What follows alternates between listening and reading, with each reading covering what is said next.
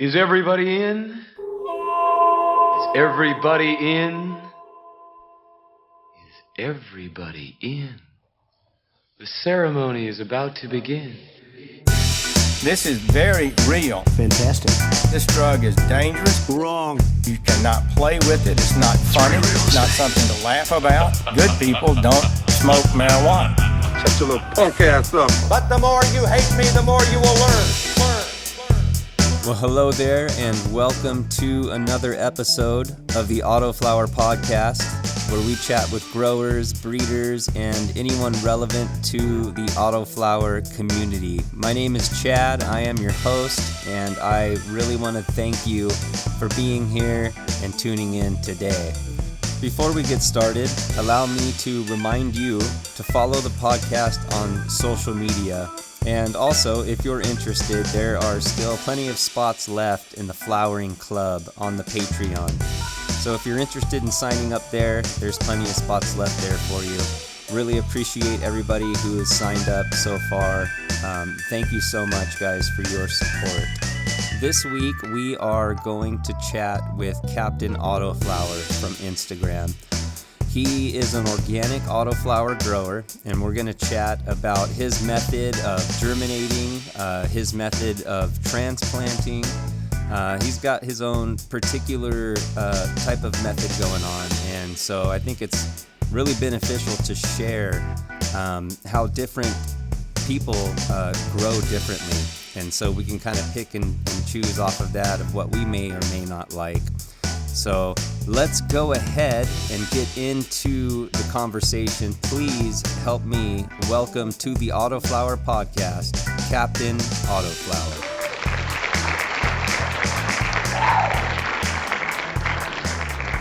Yeah, dude, I was more recently, I've been really like following you more closely on Instagram and stuff. And you have some beautiful plants, dude. You seem like a really, really good grower. Yeah, man. So maybe you could just touch on like how long you've been growing, and I know you've got a podcast of your own and stuff like that, and you can kind of touch on that as well.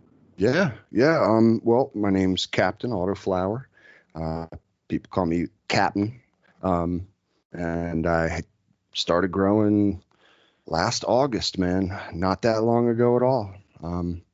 So really, I got into it listening to podcasts like yours, like the Autoflower Show, Autoflower Podcast.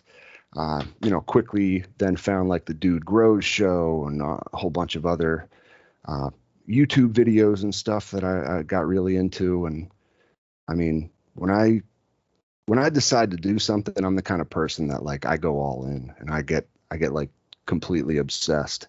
And that's kind of where I found myself, like, spending hours and hours like watching YouTube videos and listening to podcasts and just soaking up as much information as I possibly could, because I was like, convinced that I was going to do this, and I didn't want to invest my time and my money and have it not work out.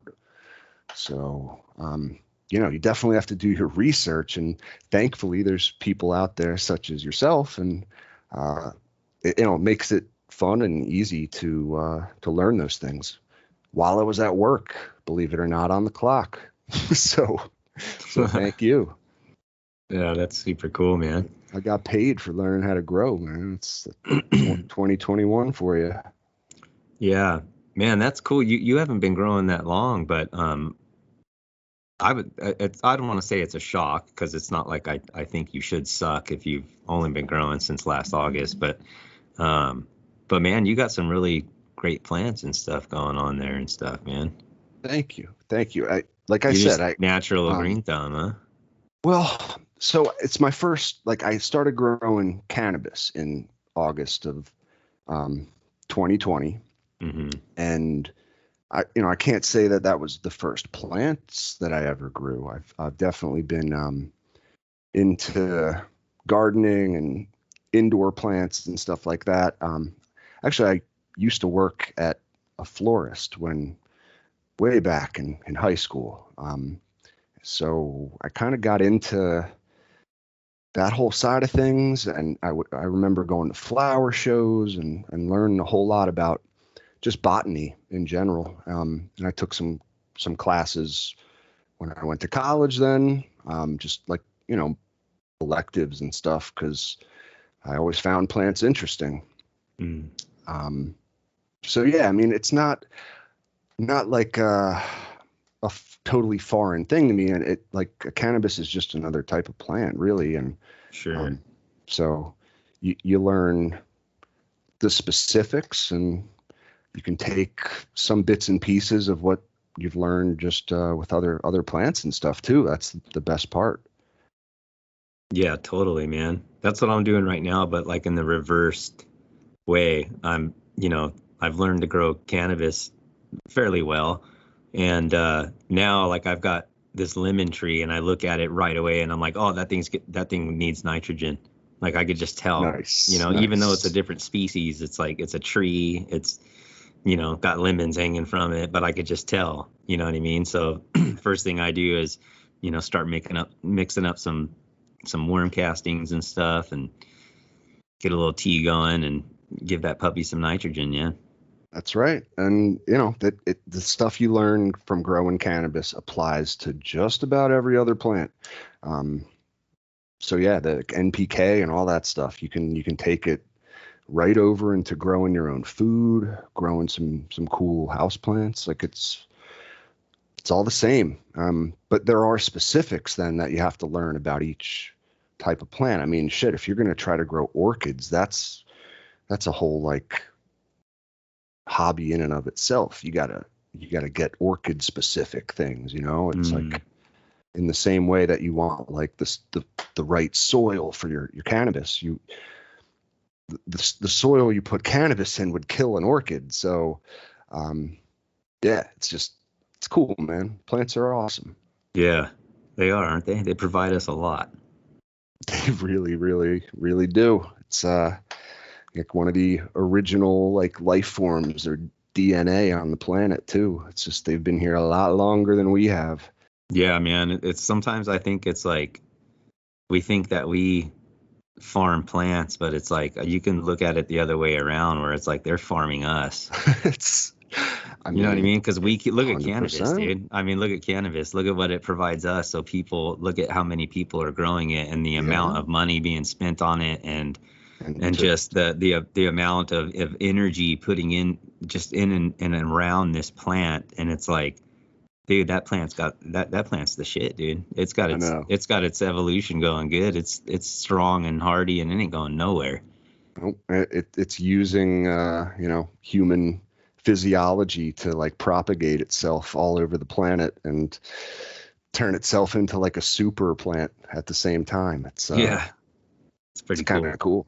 Yeah, it's definitely super cool, man. Yeah, that's cool, man. So you've definitely got a background then for a while when it comes to just plant life in general. A little bit, dude. Just like hobbyist general, like hobbyist. I mean, I've grown a couple plants before this. Like I'm not trying to make myself out to be a professional or like a scholar in any way, shape, or form, dude. I just like had an interest. And really what kicked it off is when I decided to grow my own. And that's when I really, really started to focus on learning as much as I could. And even before I went and bought anything, I thought I was much better off trying to absorb information for a few weeks and figure out like, getting set up and investing that money, man, is scary. And you don't know if it's going to work and if you're getting the right equipment and all that stuff. And there's so many people telling you what you need. And, there's so many voices out there. And it's tough. It really is tough to get set up. But, I just found some people that I connected with that were successful, kind of emulated their style and added bits and pieces here and there from other people that I learned from in the community. That's that's the best part about the community. It truly is a community, man. And there's lots of people to teach and learn from. Yeah, man. Iron sharpens iron for sure. Absolutely. Absolutely. And like I said, I started listening to all of your podcasts, like from episode 1 to That's super cool. yeah, I learned so much just listening to people that like had the experience, you know what I mean? It's just Yeah. and I know you've mentioned it before, but yeah, growweedeasy.com. Mm-hmm. Thank Yeah, that's been God. such a resourceful site, man, for me for a long time. Oh, absolutely. Puts it in like straightforward language too, which is Yeah, and it's like a library in and of itself, you know. I think that's yeah, why I'm always attracted to go there, is because I know it's like, if you know such and such a problem or issue, or even if I've just got a question, I'm not struggling with that issue, but I just want to know. I know that there's going to be some kind of article on there somewhere about it. It's just like this big library of information, you know? yeah. It's like the Wikipedia of growing for sure. Yeah. Yeah, great site, man, for sure. And yeah, dude, it's just like I said, I get a little obsessive.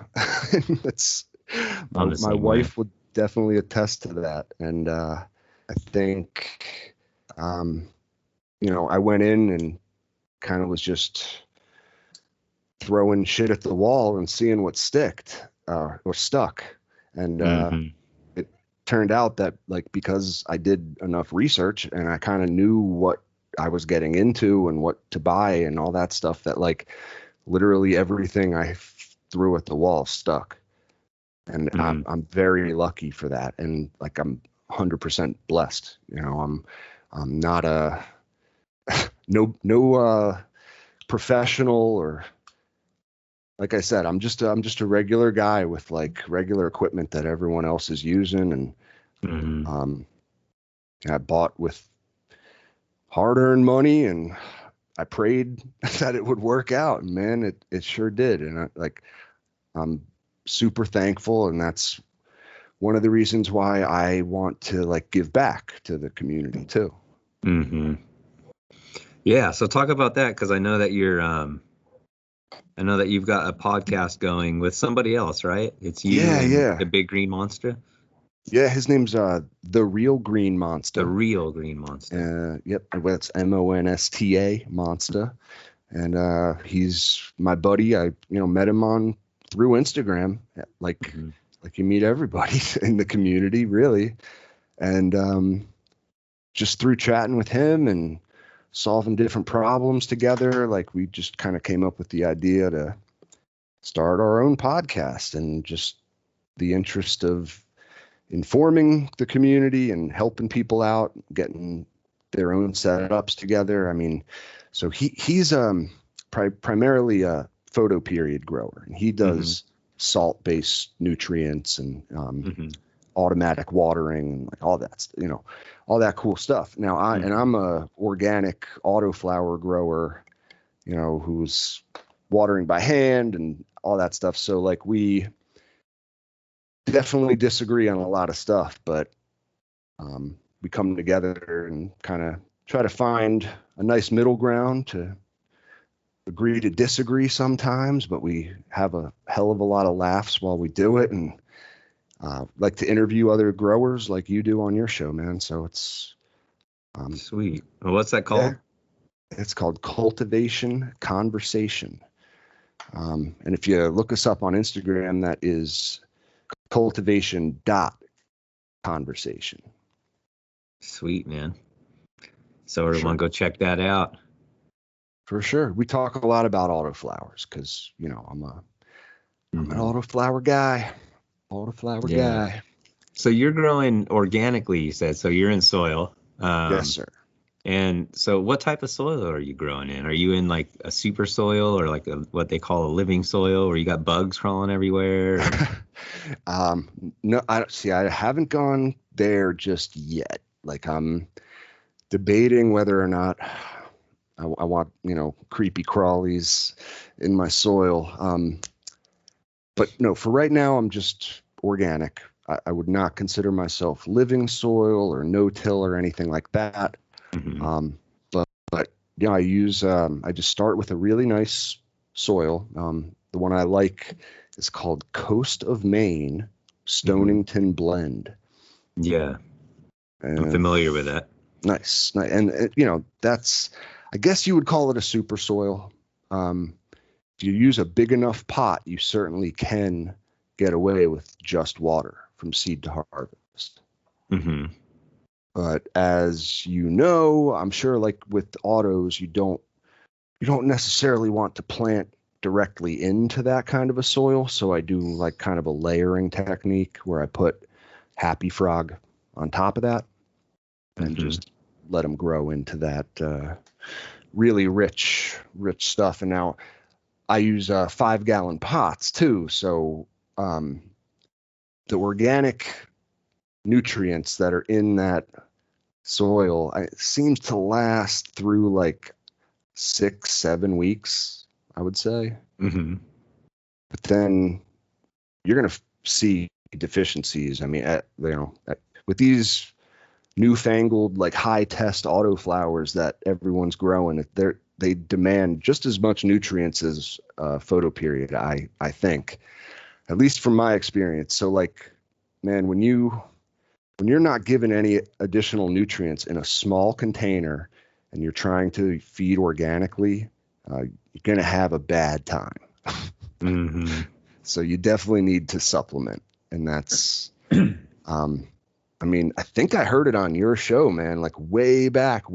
It was a product called Bud Bread that I use. And yeah, I bought this stuff called Bud Bread from Cold War Organics, and it's fantastic. It looks great. So what is that exactly? I'm familiar with the name, but I don't know exactly what that is. So, and is that organic? Yes, it is. I mean, so it's not OMRI listed organic, but it is. But it's natural. Clean green listed organic. It's a different certification. If you look into it, to be honest, like the clean green might be a higher standard of organic. So yes, for all intents and purposes, it's not synthetic. It's organic. Yeah. And it's not a, chelated salt nutrient that's like instantly available. It really, it's very versatile. You can top dress with it. You can mix it into your soil, but I like to mix it into water. It comes as a powder. And you just mix it into your water and feed it right into the soil. And it's got everything you would need from like seed to harvest. You just kind of taper off the use of it towards the end because you don't want that heavy nitrogen. There's a feed chart and everything that's pretty easy to follow, but it's a one part, and it's that's appealing. You start with a good soil and throw that stuff on top. I mean, you're gonna do well for yourself. So if you're in a 5-gallon pot, then are you doing like the Coast of Maine soil, like halfway up or 3/4? I would say like 2/3 of the way up, maybe a little more than half. Yeah. Because I like to imagine that the plants are really growing into that soil around like week 3 or 4. I mean, and then they're going to, of course, expand out into, the roots are going to grow like into the sides and the edges of the pot. That's when they start to eat all that stuff, man. When they get big, they get hungry. Yeah. Are you in fabric pots or plastic? Yeah, I love the fabric pots. 5-gallon fabric. I started with just the like Amazon special, like that crummy black fabric pots that you get, but dude, they get really dirty really fast. So I found myself upgrading. I just recently to those Rain Science grow bags. They're like a mesh material. It's working out well so far. I like them a lot, but yeah, it's the regular fabric pots on Amazon are going to work just fine. And you're just going to end up buying a new package of them maybe every other grow. That's all. Yeah, they do get pretty nasty. Yeah. I've got so many of those too. Yeah, me too. Me too. And They you get can really you can nasty. throw them in your washing machine, man, but I don't know if I recommend that unless you want a domestic disturbance at your house, because your wife ain't gonna like that very much. Yeah, no, I just try to flip them inside out and squirt them real good with a hose and stuff and scrub on them a bit. But for the most part, I just been using them for like other plants out. I got some of them outside actually, and they get really bad outside, dude. Oh, I bet. Yeah, I they bet. get really bad. Yeah, and then I had some like in a tray so that they can like bottom feed from the bottom up while Oh, I was yeah. camping. And they got like algae at the bottom, like all built up on them. They get pretty nasty. If you leave But they're them cheap. in that like, yeah, you can't. So like I do bottom feed too. We call it butt chugging. It's That's the cool. slang term for the bottom feeding. And you really can't like leave them in a pool of water. Right. You want them to soak it up and then let them dry out.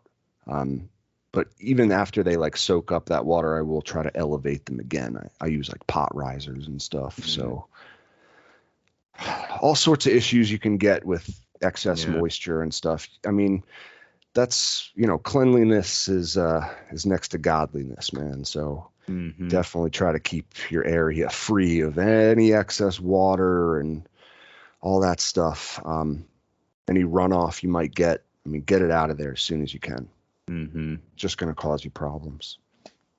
Yeah, I got two. I wanted to go bigger, but I couldn't find saucers big enough.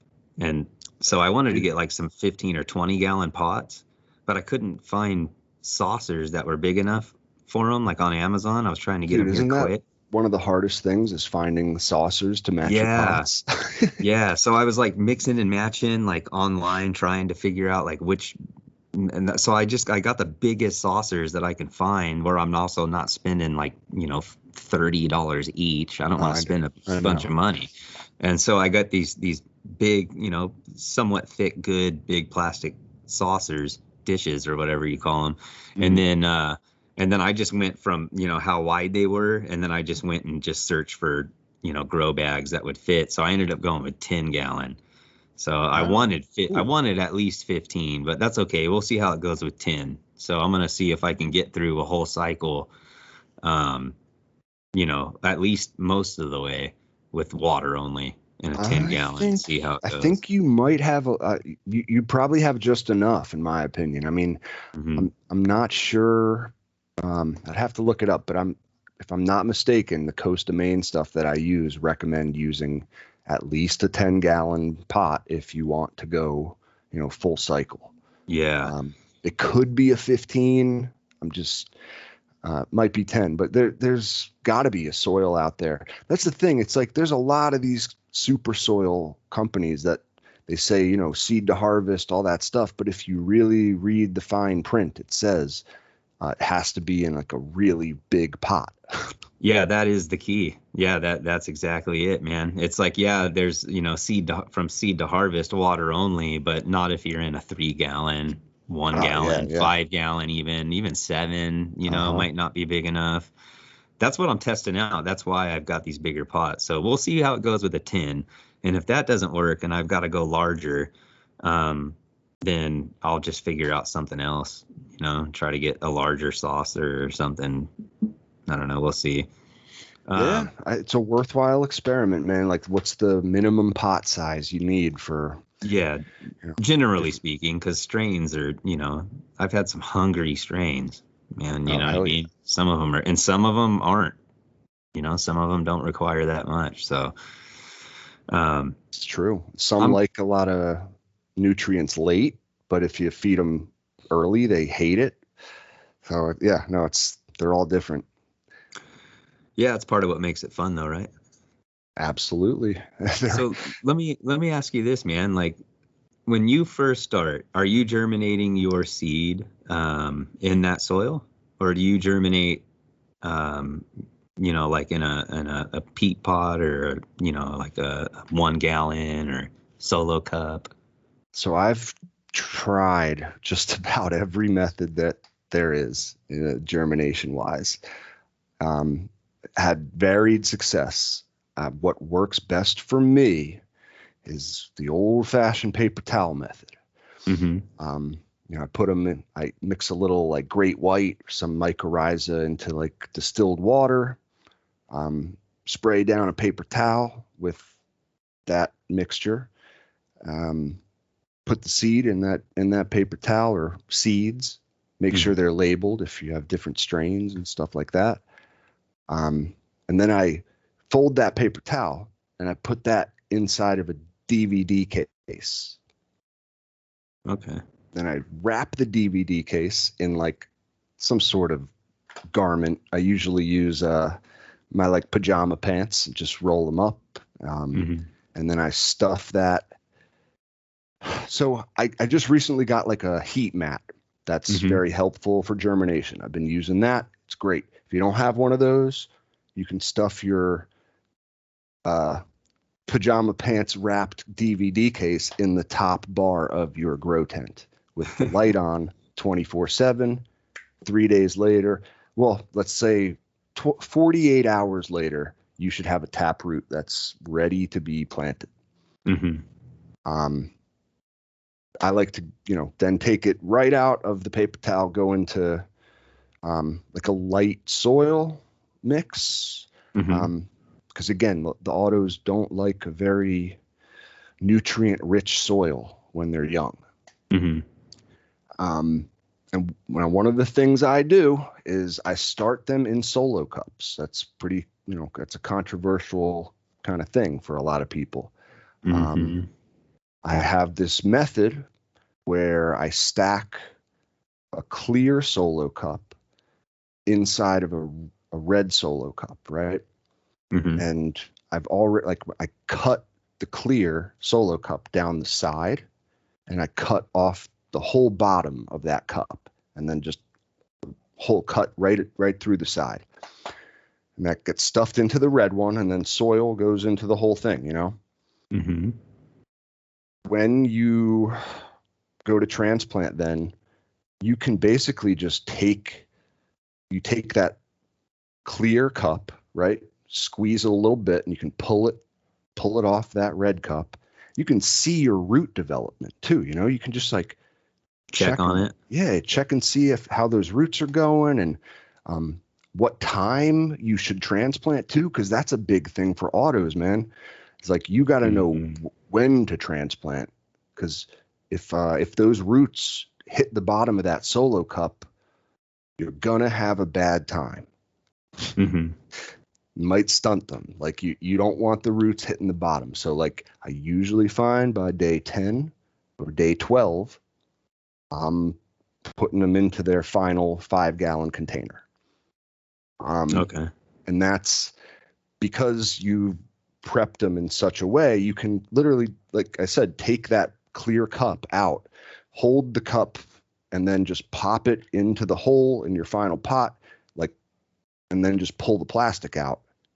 I don't think it disturbs the plant very much at all. And I've had pretty good results doing it. So, it's very cool, dude. Yeah, it's a pretty neat method. Try it out, dude. Yeah, I've seen people do that with other plants as well, actually. Because it number one, it allows you to kind of pull it up and take a peek, and then number two, when you pull it out, you could just, because it's already cut down the middle, right? So then you can just kind of pull that thing off. Yep. And you're not necessarily disturbed. So if you're concerned about disturbing your roots, then that's a pretty good option. Yeah, that was kind of one of the things that you heard. You always hear about autos. You shouldn't transplant them because stunts them and they don't like it. It might just be a better, listen, if you have the space, and it's definitely easier, I would say, to start in the final container. I mean, if for a beginner, 100%, just put the seed in the soil. My God, that's how it works in nature. Yeah. Now, I don't know why I, went away from that. I think I had a little bit of beginner luck with straight seed to soil, but I started to like overanalyze it, and I would the pot would be too wet. All sorts of different things. I would plant the seed too deep and like just get in my own head about it. Honestly, germination is the hardest thing for me. Is it? It stresses me out so bad. Oh my God. You're stressing me out just talking about it. Yeah, if I'm honest, I feel a little bit of that anxiety too, because I usually soak my seeds in water for 24 hours. But this time around, I'm not. I just actually put them right into the soil. So I'm like curious, like, man, this is the first time I've ever really just stuck them in there like that. I don't think I've ever done that before, if I'm thinking about it. But yeah, so I'm like, wondering what my germination rate's going to be.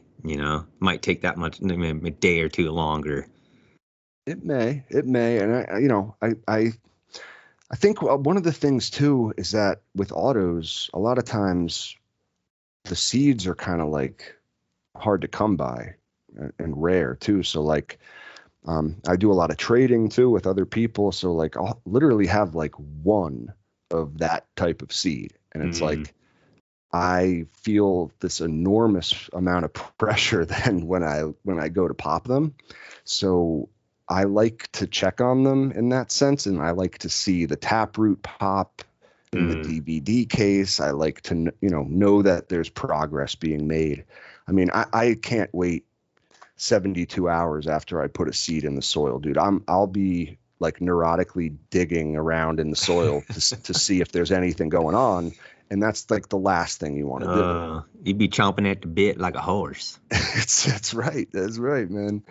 Yeah, I hear you, man. Yeah, I like to check on them. Yeah. So that's cool. So then when you get a taproot and you're ready to put them in the soil, how do you what does your soil look like? Are you one of those who pre-soak the entire thing, or do you just kind of put some water in the middle where your seed's going? How do you do that? I do like to pre-soak the soil. And like when I go to transplant, like the 5-gallon container, like I said, it's layered with that happy frog on like the first top third of the pot, and that Costa Maine at the bottom 2/3. And then I'll make that mixture of like great white water. You can use recharge or any kind of mycorrhiza I find really works well for transplants and helps the roots get going and such. But pre-soak maybe 48 to 72 hours in advance. And you really want to let those pots like sit in the area that the plants are going to be growing in to like acclimatize to that environment.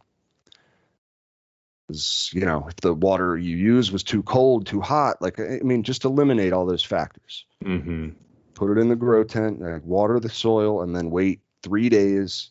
And then by that point, your soil won't be too wet. It should have just the right amount of moisture.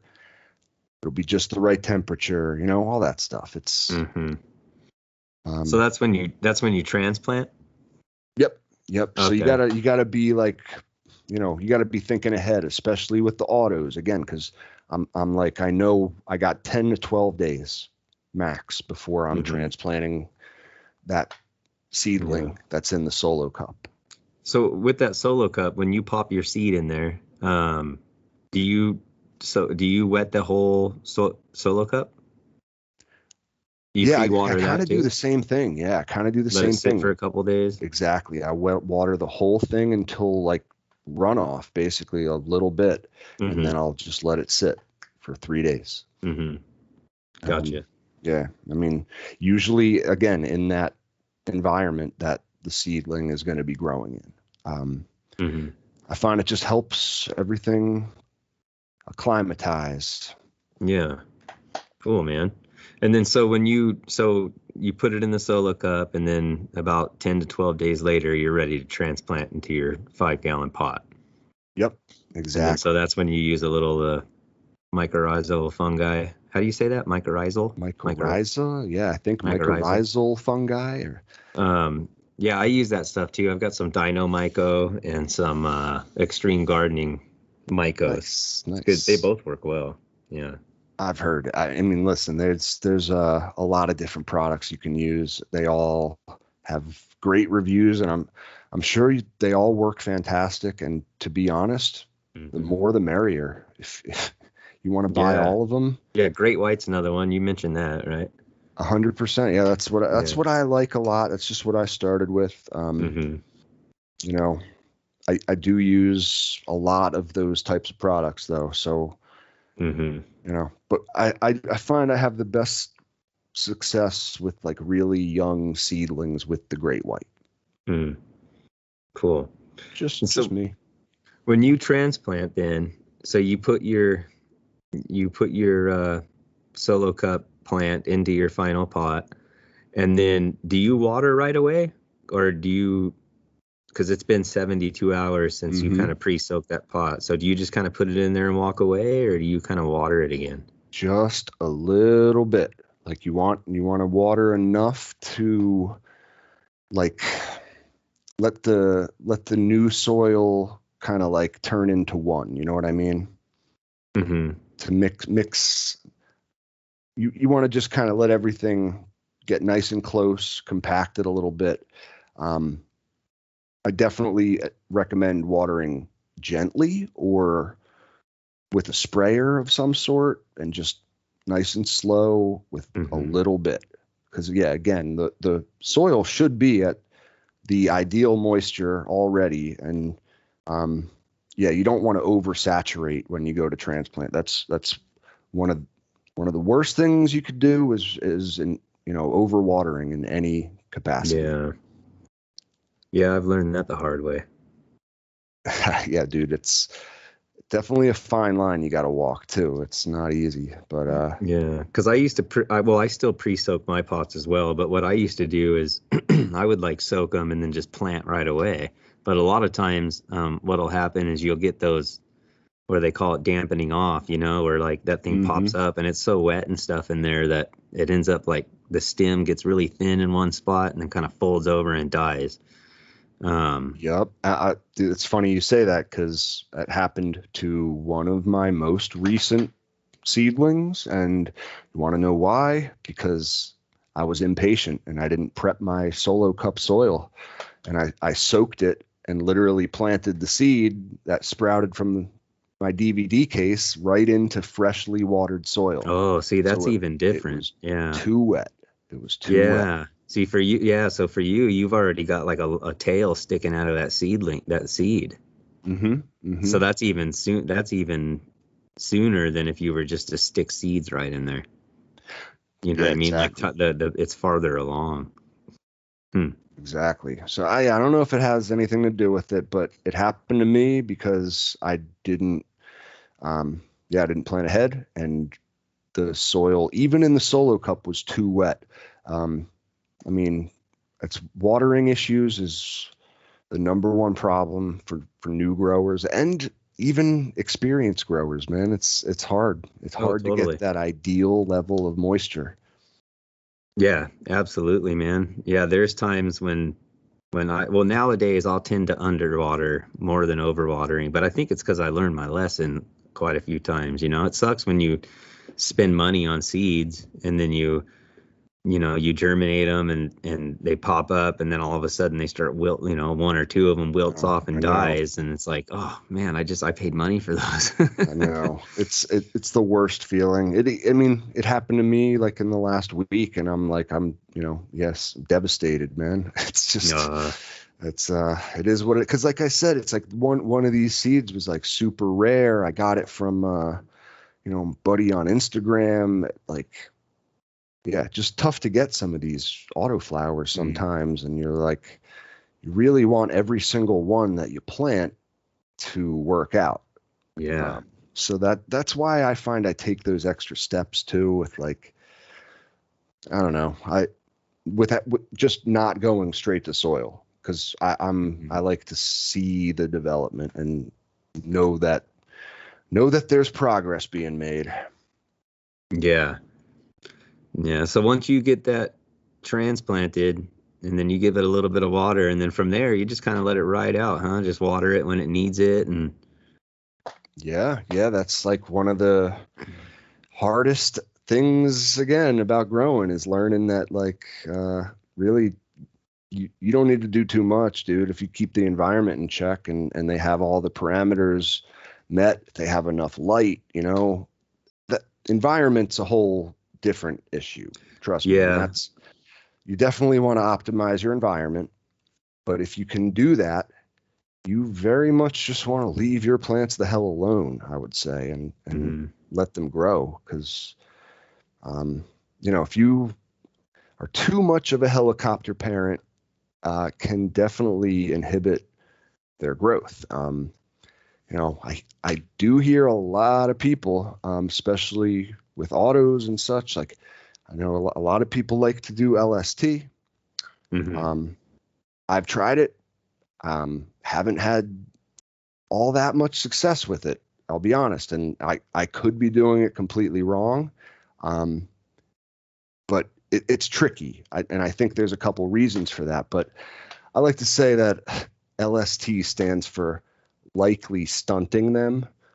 So, yeah, I mean, if you're a new grower, I would just advise you leave your plants the hell alone and not try LST until you understand the natural plant morphology and how they grow and all that stuff. I mean, just seriously, step back and watch and be amazed, and then Yeah.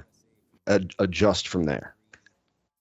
You know, Yeah. That, I think you made a couple of good points, dude. You're like one with the environment, like, and I think the reason that it's really hard, because a lot of times I'll get the question like, okay, how often should I water? Just tell me how many days in between waterings. And it's like, dude, that depends on what size pot you have. That depends on what your humidity is like. I mean, you know, you got fans blowing all in there. Like, what is your environment like? You know, that's so gonna matter. You know, for me, where I live, it's, you know, I have to add humidity when I grow, when I dry, because my humidity will get down low, man. Like sometimes down to like 14%, you know, 13%. So holy shit. Yeah, that's yeah, it the just total depends. opposite You know, for me. it depends. So I don't run like you're not going to see mold issues and stuff over here at my house. You know what I mean? Like in my flower, not necessarily. I mean, well, I mean, that's not true. If I get a grow tent dialed in and I don't watch it, then, you know, of course I can get mold. But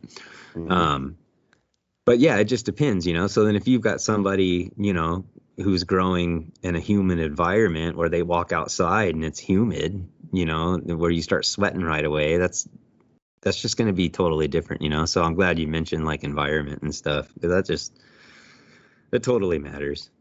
You know? It's probably the most important thing. I mean, you know, of course, light is part of environment and genetics are a big factor too. But like if you get good genetics and you provide your plants with a proper environment, you're going to do really well, really well. And that's, you know, a lot of different factors in the environment, of course, but like, yeah, it's just about setting them up for success, and you kind of stepping away from them for the majority of their growth is part of that, in my opinion, especially as a new grower. You know, I'm not going to say, like, there's a lot of people out there that probably got mad as hell hearing me say, like, you shouldn't LST your plants. But, you know, there's a couple reasons I say that. There's a lot of different considerations for new growers. Like, when do you start LST? How hard do you bend the stem over? You know, like, all these different things. And like, I'm just telling you, don't even worry about it. Let your plant grow and watch. You're probably going to get a bigger plant overall, and really don't worry about larf. I mean, you can lollipop up from the bottom a little bit to get rid of that. But I'm telling you, just if you're a new grower, watch your plant grow. Yeah, I have to agree with you, man. And I don't think you're going to get like shit for it. I mean, I think what's happening is, well, I think what will happen is people will take it the wrong way. What you're saying is like, hey, if you're a new grower, like don't LST, just let the plant grow and study it and get to know it and develop a relationship with this thing to where you kind of naturally know its cycle and stuff. Then you can start messing around with stuff like that. And the only reason you're saying that isn't, you're not downplaying anybody or anything. You're just saying like, hey, just like for your own benefit, just let it grow, watch it, and Exactly. and just get good at it. I wish I would have done that because I didn't do that. I started hacking and chopping and sawing, like on my fourth plant. I mean, and Yeah. and I was amazed by, and I was in a small, tiny area, and I was appealed. It was appealing to me that I can keep them short if I top them really, really young. Like the second or third node even, and um, Gotcha. but I drastically, probably looking back, I probably really reduced my yields even in small pots. I nowadays I could get a lot more yield out of a small pot than I could 2 or 3 years ago. Um, but For that's sure. because like what you're saying, because then I just started growing. I was like, you know what? I'm just going to let these things go. I'm just going to let them grow and just watch them and see. I did exactly what you're saying. And they just got bigger, and I was getting better at reading, the leaves and kind of getting a sense of what the plant was telling me it needed or had too much of. And when those two things click, that's when things really started happening better for me. Um, so I'd I have to agree. agree. I'd have to agree with you. If you're a beginner grower, it's probably in your best interest to kind of just hang out and just let them grow and enjoy it too. Enjoy the beauty of them growing naturally. You know, just watching them. My problem That's is I exactly like it. to experiment. That's my problem. That's my issue. Like I hear people go, "You shouldn't do this." Yes, you should. No, you shouldn't. Yo, yeah, you should do it, but you should do it this way instead. And then I just like turn around from the arguments and I just go to the garden and I start doing it. You know what I mean? Yeah. And some stuff works for me and some of it doesn't, and that's my own personal experience. And we were chatting about that before we hit record. It's like, we're just sharing our personal experiences. We don't claim to be professors or experts on the subject. Not at all. Just Not at personal all. experience, I is what it do. all boils down to. Now, and with the LST too, like I'm not saying that it's not an effective technique by any means, or that like there's not people that have tremendous success doing it. I'm just saying, if you're a new guy getting into autoflowers for the first time, like just don't worry about it because there's so many different considerations that could potentially stunt your plant Yeah, exactly. because timing is everything with autos.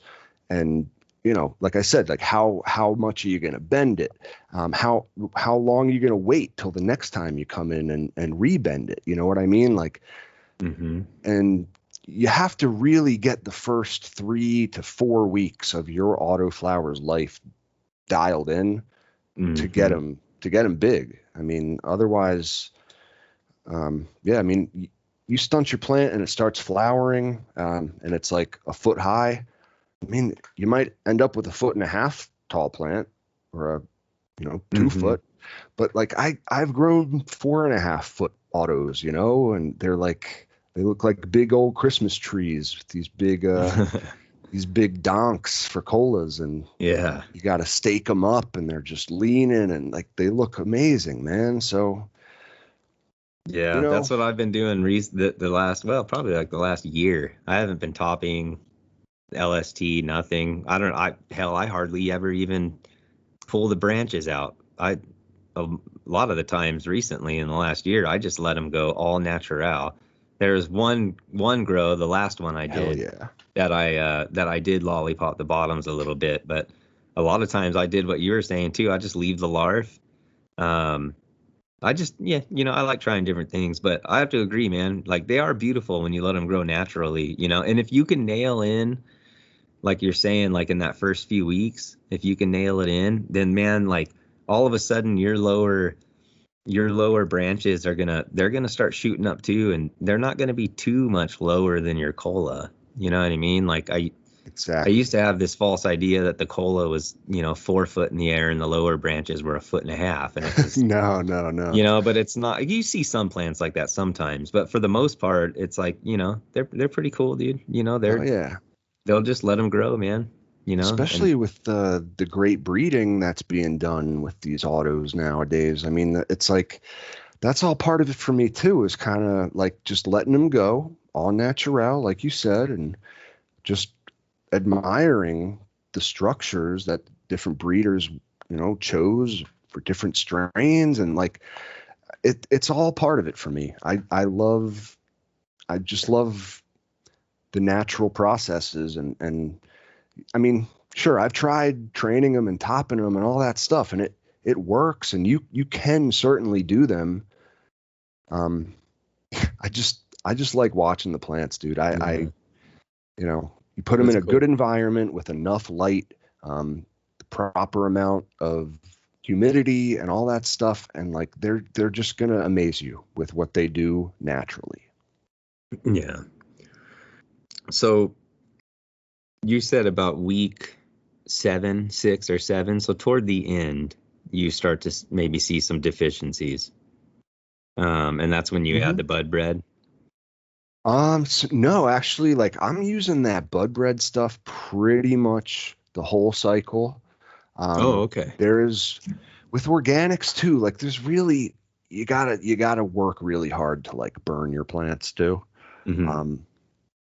I don't start feeding them right away, of course. Like I said, that first 3 weeks, I will just water. If I use any products in the first 3 weeks, it's going to be some sort of mycorrhiza. Mm-hmm. And then yeah, around with autos, would consider like day 28 to day 42.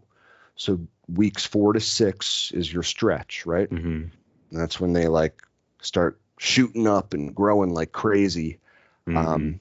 You're gonna need a good amount of nutrients in that soil to power that plant through that massive growth phase. You know what I mean? Mm-hmm. So I try to preload them a little bit. So yeah, like right around like day 21, I would say is when I'm starting to use that the bud bread. Okay. Yep. And then that just kind of keep going with that all through the whole cycle. There's a couple Mm-hmm. other products I like to add in, like there's a kind of like a bloom booster, additional phosphorus and potassium. Yeah, just different things I like to do at different times just to make sure that they have what they need. I mean, in organics, again, it's hard for like a mature plant to be burned by any sort of organic nutrient. Like, I mean, you could probably feed them triple the amount of bud bread that it recommends. It wouldn't do any damage to the plant. It might hurt your wallet a little bit, Mm-hmm. but it's not going to hurt them. It's just unnecessary. Mm-hmm. So, yeah, it's a fine line you got to walk, man. And really the way I figured this all out was just by watching them from like Mm-hmm. from day one, stepping back and observing what they do and when and all that stuff. And like you were saying about I'm trying to remember one of the things that you touched on that I wanted to get back to was one of the like how you like to experiment. Mm-hmm. And who doesn't? Like that's one of the most fun things about growing is playing around with different products and all this new cool stuff that these companies put out. You want to play with it all. I get it. Mm. If you really want to get serious about like, dialing in your setup, stick with what you're doing from cycle to cycle and maybe add one thing, maybe add two things and see what's working, see what's not working. But don't, like I see a lot of people who just go from like they started with the organics, and then they had a couple issues, and so they decided, well, I'm just going to go be a cocoa grower now and do that. And they had some couple issues with that. And then, they keep bouncing around. It's like, I feel like if you just stick with what you started with, a lot of times what your initial gut instinct was, like how I want to grow, you just stick with that and build upon it. It'll serve you a lot better in the end. Yeah. I like that, man. I think that's great advice.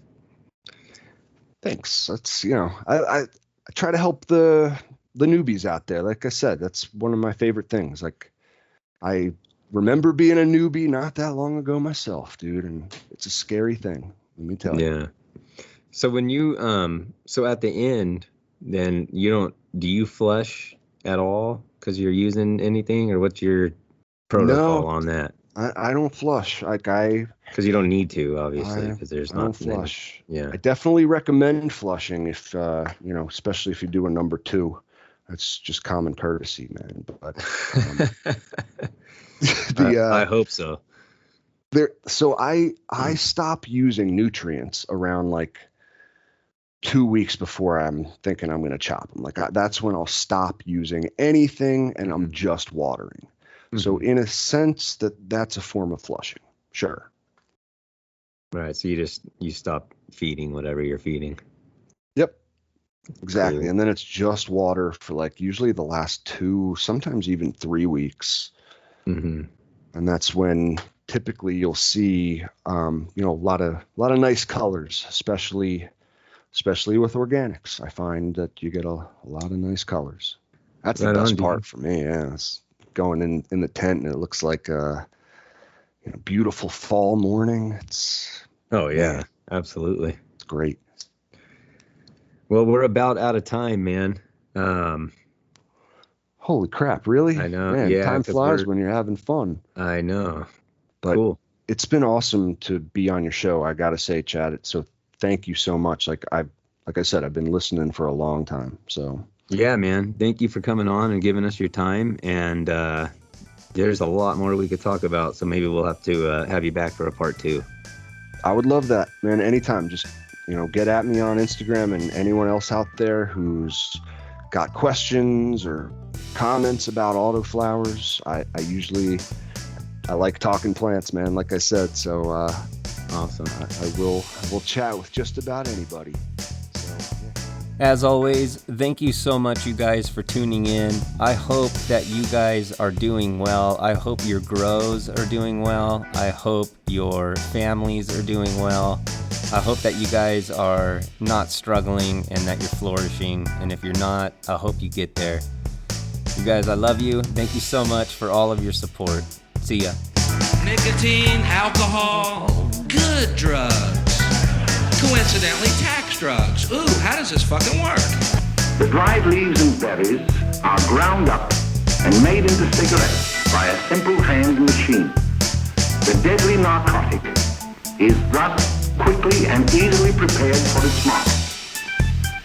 The sale of marijuana is even more difficult to detect and halt than the traffic in drugs such as opium, morphine, and heroin.